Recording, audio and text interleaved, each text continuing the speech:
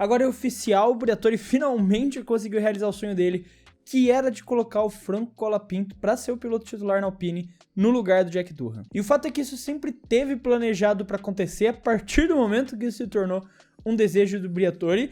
Isso é dessa forma desde que ele assumiu a equipe, porque a partir do momento que o Briatore foi anunciado pela Alpine, na época ainda com o Bruno Faman como chefe de equipe, naquela época já dava para ver que tudo que ele quisesse era o que ia acontecer na equipe e que os chefes de equipe, independente de quem fossem que tivessem lá no cargo, iam ser só marionetes do plano do Flávio. Uma das primeiras coisas que ele defendeu quando ele chegou na Alpine, por exemplo, foi a ideia de trocar os motores Renault pelo motor Mercedes, uma ideia que o Bruno era claramente contra, mas ainda assim o Briatore conseguiu internamente fazer esse plano acontecer. Ficou totalmente exposto, tendo que defender a sua equipe com uma ideia que ele não acreditava. Até que eventualmente houve o desligamento dele e a chegada do Oliver Oakes, que da mesma forma foi usado como uma marionete pelo Flávio Briatore, porque as decisões dele, o que ele queria mudar dentro da equipe, de fato nunca iam se concretizar desde que essas ideias não fossem as mesmas ideias que o Briatore quisesse. Porque essa mudança, essa troca do Colapinto pelo Durham não era um consenso dentro da Alpine. Você tinha muitas pessoas que achavam que tinha que ser dada uma oportunidade maior pro Jack, pelo menos até a pausa de agosto para ele tentar se provar. E o Oliver Oakes era supostamente uma das pessoas que estavam desse lado. Ele não era necessariamente contra a entrada do Franco Colapinto na equipe,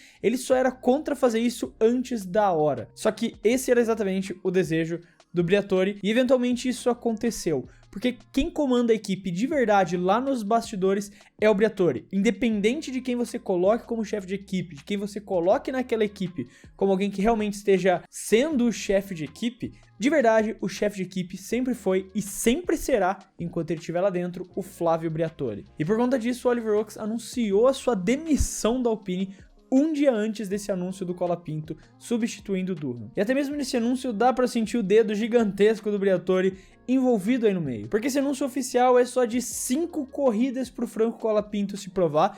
E honestamente eu não acredito nem um pouco nesse papo de 5 corridas que estão falando que é o que o Franco vai ter pra correr nesse tempo. Eu tenho certeza que isso foi, na verdade, uma ideia que o Briatore vendeu pra essas cabeças da Alpine que eram contra a ideia de colocar o Colapinto só pra dar essa chance dele se provar no carro. E que quando essas 5 corridas acabarem, independente dos resultados do Franco, ele vai continuar sendo piloto porque é o que o Briatore quer. Agora o fato é que a Alpine Renault e sempre foi um caos gigantesco desde esse retorno deles pra Fórmula 1. Sempre deixei minha opinião clara por aqui. Eu acho essa equipe atual da Renault a equipe mais medíocre da Fórmula 1, que se contenta com péssimos resultados e não muda nada internamente para isso acontecer. A gestão do Luca De Meo na Alpine se aproxima o máximo que ele consegue possível de um clube de futebol aqui no Brasil, que quer resultados imediatistas e não pensa de forma alguma no longo prazo. E a gente pode ver isso pela lista de pessoas importantes que passaram pela equipe nesses últimos anos e não duraram quase nada lá dentro. A gente teve o Cyril Abtebu, o Marcin Budkowski, o Alan Prost, o Lauren Rossi, o Otmar Schaffnauer, o Bruno Faman e agora o Oliver Oakes. Sem falar que alguns outros nomes também tiveram uma passagem que não deram certo por lá, como o próprio Pat Fry. Então vários nomes importantes, várias pessoas que tinham ideias, que tinham planejamentos, passaram pela Alpine, só que ou foram cortados cedo demais, ou não tiveram o apoio necessário para que as suas ideias saíssem do lugar. Inclusive com o próprio Luca De Meo sempre vendendo essa ideia do plano de 100 corridas da Alpine, que a Alpine voltaria a ser uma equipe de ponta em até 100 corridas. E já deve ter passado quase 200 corridas desde a implementação desse plano. O fato é que dentro da gestão do Luca De Meo,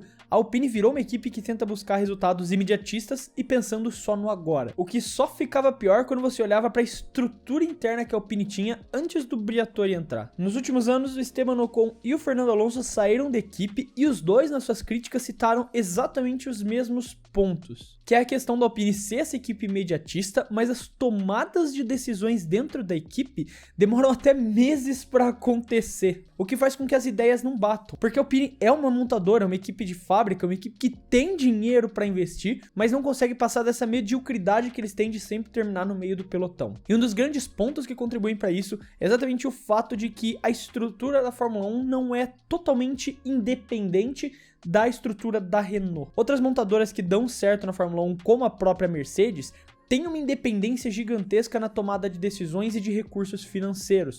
Por isso que eles conseguem ter tanto sucesso. Eles têm a liberdade para se identificarem um problema, já investirem e já realocarem o que eles precisarem na hora para isso. Isso, pelo menos até agora, não acontecia na Renault. Porque se a equipe precisava de um investimento, precisava de uma mudança grande, de alguma coisa que realmente necessitasse a reestruturação da equipe, não era uma pessoa no comando do projeto de Fórmula 1 que tomava essa decisão e isso acontecia. Esse projeto tinha que passar por várias pessoas dentro da Renault, empresa, nada a ver com a Fórmula 1, e todas essas pessoas tinham que aprovar essa ideia antes dela ser executada. E muitas vezes esses projetos demoravam meses para sair do papel, porque uma dessas cabeças, por exemplo, estava de férias e por conta disso tinha que esperar ele voltar das férias para aprovar essa mudança. Então algumas mudanças estruturais grandes levavam meses para acontecer e às vezes até algumas mudanças pequenas precisavam de tanta burocracia para acontecer que quando ela de fato se mudava já estava obsoleta. E desde a chegada do Briatore na equipe ele mudou um pouco dessa estrutura, principalmente com a questão que eu falei do anúncio dos motores Mercedes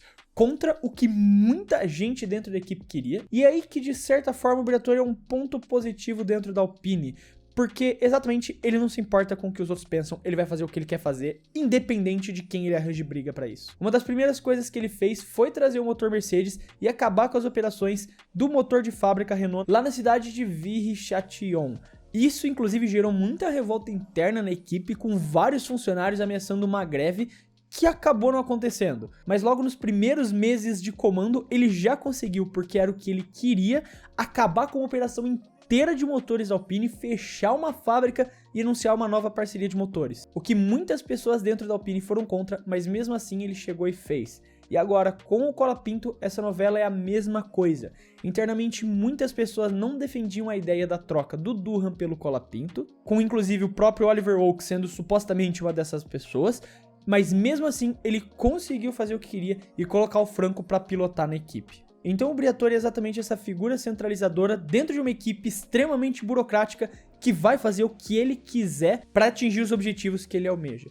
E uma das formas de atingir esses objetivos foi trazendo o Franco Colapinto. Porque querendo ou não, o Franco tinha 3 coisas que o Durham não tinha. A primeira delas, dinheiro. Apesar dos rumores de que o Durham conseguiu trazer um patrocínio de 10 milhões de euros para se manter nesse começo de temporada, ainda assim o Franco consegue trazer um dinheiro muito forte das empresas argentinas que estão apoiando ele nessa jornada. Outro ponto é a questão da habilidade, que até o momento o Durham não tinha conseguido mostrar, sendo novato com o maior déficit para o seu companheiro de equipe e sendo também, no geral, o terceiro piloto com o maior déficit de diferença de classificação para o seu companheiro de equipe, perdendo só para os 2 pilotos que pularam no carro da Red Bull em cima do Verstappen. Além de, claro, o mais importante e o que você precisa para dar certo na Fórmula 1, que é o apoio. O Colapinto tem total apoio do Flávio Briatore dentro da equipe, enquanto o Jack Durham tinha um apoio dividido, porque enquanto você tinha pessoas que defendiam e queriam ele lá dentro da equipe,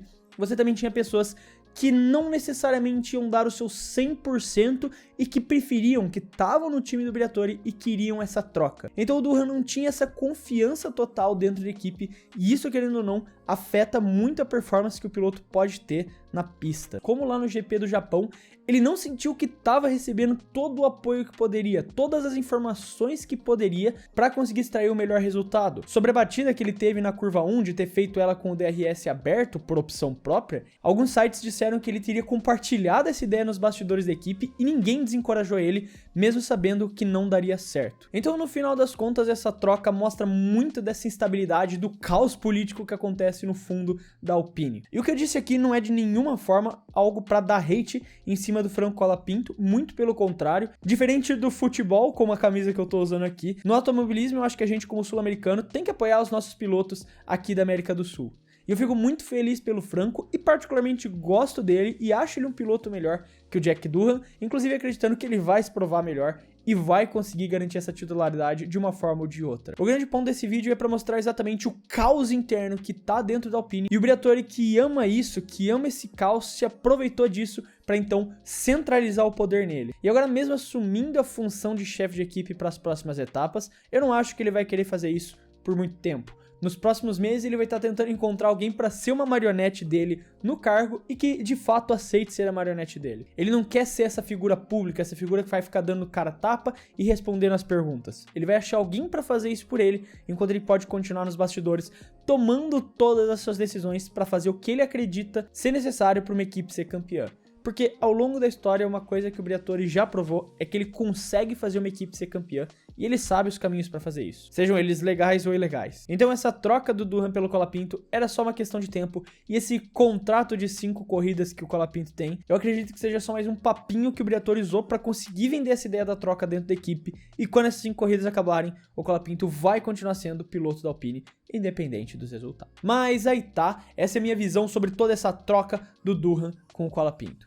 Eu quero saber a sua opinião, não esquece de deixar ela aí nos comentários, se você concorda, se você discorda, o que você tem a acrescentar sobre isso, eu quero saber o que vocês têm a dizer. Se você gostou do vídeo e quiser ajudar o Clube F1, você pode fazer isso se inscrevendo no canal, porque ajuda muito a poder continuar produzindo todos esses vídeos aqui pra vocês. Eu quero deixar um abraço pra você que ficou até aqui e até o próximo vídeo.